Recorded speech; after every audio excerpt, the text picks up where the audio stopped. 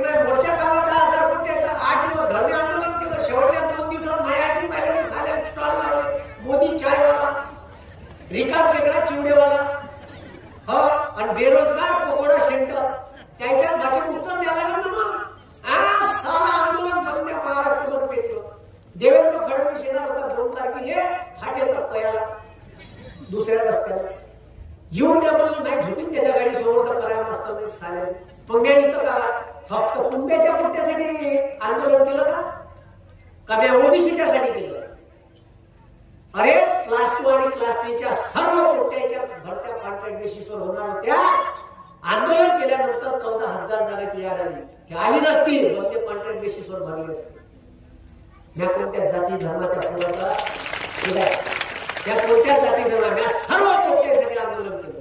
आणि हे सारे मुली जातीमध्ये आणि थोडीशी लास्ट बायका तुम्ही कोण्या माणसाने निवडून राहिले. आणि मला या संविधानानं हा अधिकार दिला आहे का माही संविधानिक बाजू मांडायचा.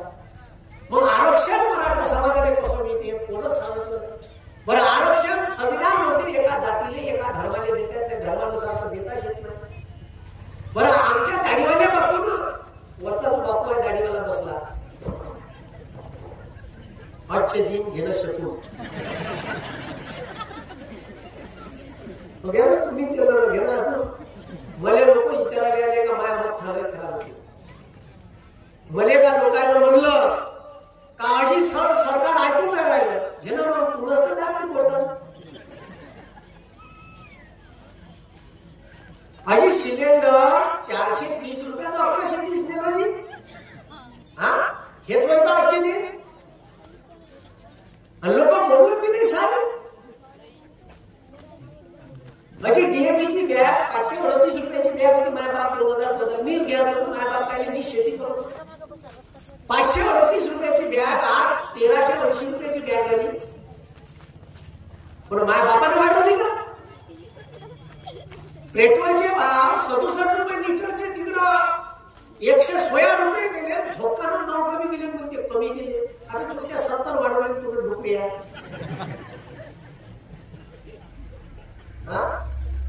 डिझेल तुम्ही नागरटीसाठी ट्रॅक्टर सांगायला जा वायबीले वावर नागराचा आहे. वावर नागरटीचे रेट सांगते 1400 रुपये रेट आहे.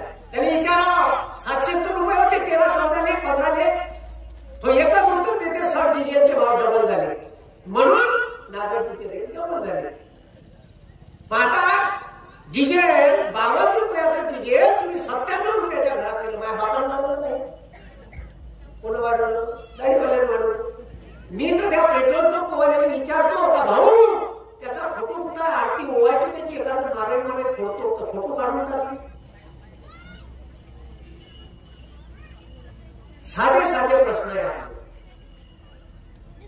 आणि हे साधे साधे प्रश्न आपल्या लोकांना समजले पाहिजे. आता ह्या बायकाने अर्धी तिकीट दिली की एकनाथ शिंदे साहेबांना अर्धी तिकीट जसे काही ह्या भावाच्या घरी रोज येऊनच मारणार आणि यायला भावना उभी तरी ठेवते का? बहीण दिवाळीला गेलं तर 100 रुपयाचं पोतीनं फेकून मारते साडीचं. भाव जे ठेवते का तुम्हाला रोज गेले ठेवल का? दिवाळी असतं गेलं तर 100 रुपयाचं त्याच्यात विचार दिवस राहिले तर कुरकुर झालंच नाही का? पाहून पण एवढे दिवस लागते का? नमकं झालं का? धामकं झालं. अर्धी तिकीट दिली आम्हाला पाहिजे का? अरे ज्याची रोज गरज आहे सिलेंडर द्या ना अर्धे किमती. तिकीट काय खड्ड्यात बसायला पाहिजे. अन्नावरा जाऊ तरी तिथे का रोज फिरायला. साधे साधे प्रश्न आहे आपले. याची एवढे खतरनाक पॉलिसी आहे म्हणून बरोबर आता 24चं इलेक्शन आहे. बरोबर राम मंदिराचं उद्घाटन आणलंय. बरोबर आणलंय.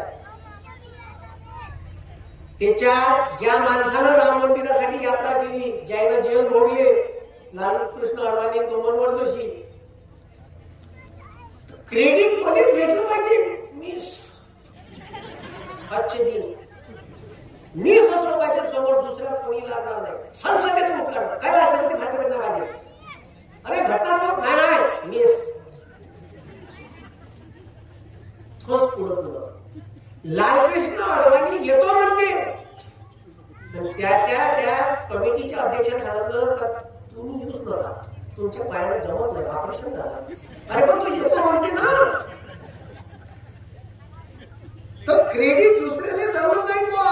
एवढा म्हणजे एवढं हटवलेलं आहे क्रेडिट साठी.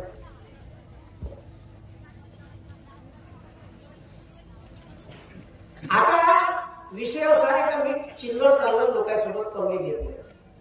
माझ्या बापा सांगितलं मोठ्या लोकांसोबत कमी घ्यायचे. आपण आणू सोबत कमी घेत नाही. आपलं काम आहे ठीक आहे, डायरेक्ट मोठ्या लोकांचे कमी घ्यायचे. मग सर काही लोक विचारते तुम्हाला भेव नाही वाटत का जी?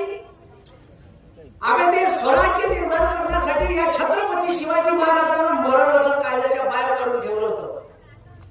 तेव्हा स्वराज्य निर्माण करता आलं. समजलं का? असं नाही होत स्वराज्य निर्माण. त्या भवानी मातेच्या चरणी जेवण होतं मरण, त्या जिजाऊच्या चरणी जेवण होतं. काही हे स्वराज्य निर्माण करून दाखवे. जर काही वेगळं करायचं आहे ना तर मला फ्रेंड द्यायला. आणि तसंही तुम्ही काही अमरगिरीवर आले का?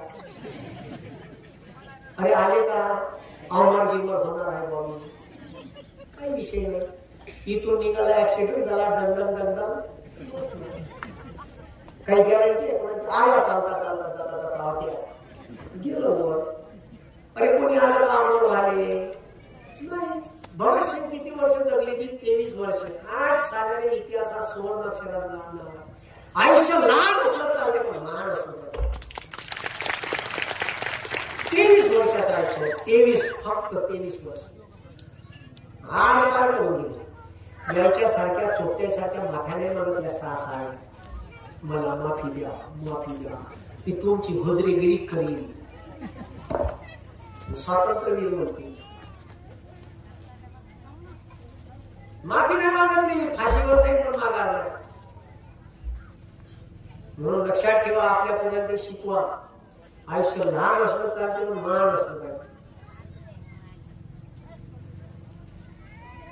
जगद्गुरु तुकाराम महाराज म्हणते पुत्र असावा ऐसा गुंडा ज्याचा तिन्ही लोकी झेंडा. गुंडा पाहिजे कुठं का? मर्डर हा मर्डर करणार का? दिल्ली 2-4 घाव घालून कोणाने माहिती तो गुंडा आहे. अबे गुंडा म्हणजे हे असं व्यवस्थित अन्याय विरुद्ध भांडणार पाहिजे असं. म्हणजे अभंग वाचला का मला आठवते अरे आपल्या काय वाटते हे पुत्र असावा ऐसा गुंडा ज्याचा तिन्ही लोकी. मग भगत सिंगाला लागू होते ते, डॉक्टर बाबासाहेब आंबेडकरला लागू होते स्टेटमेंट. तेव्हा जगद्गुरु तुकाराम महाराज कवा लिहिलं? छत्रपती शिवाजी महाराज इथून 400 वर्षाच्या अगोदर. म्हणून आपल्या समस्या साध्या साध्या आहेत, खूप मोठ्या नाही.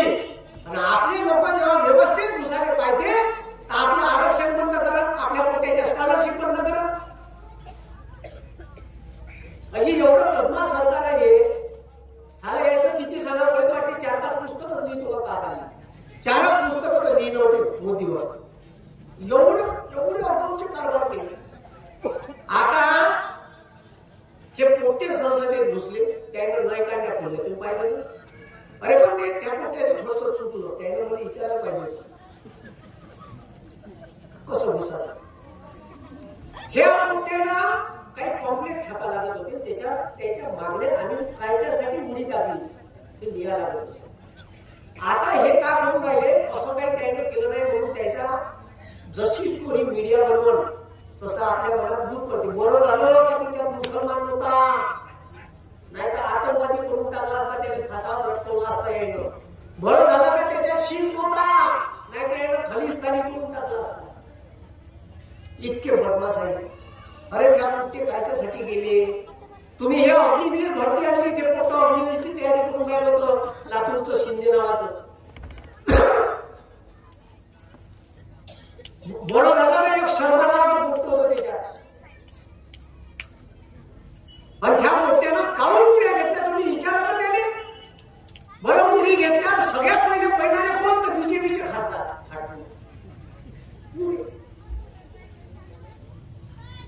त्या पोट्ट्याने पकडलं, पण त्यानं जर पॉम्पलेट टाकलं गोष्टी का होतं त्याच्या मनात ते लोकांपर्यंत आलं असतं.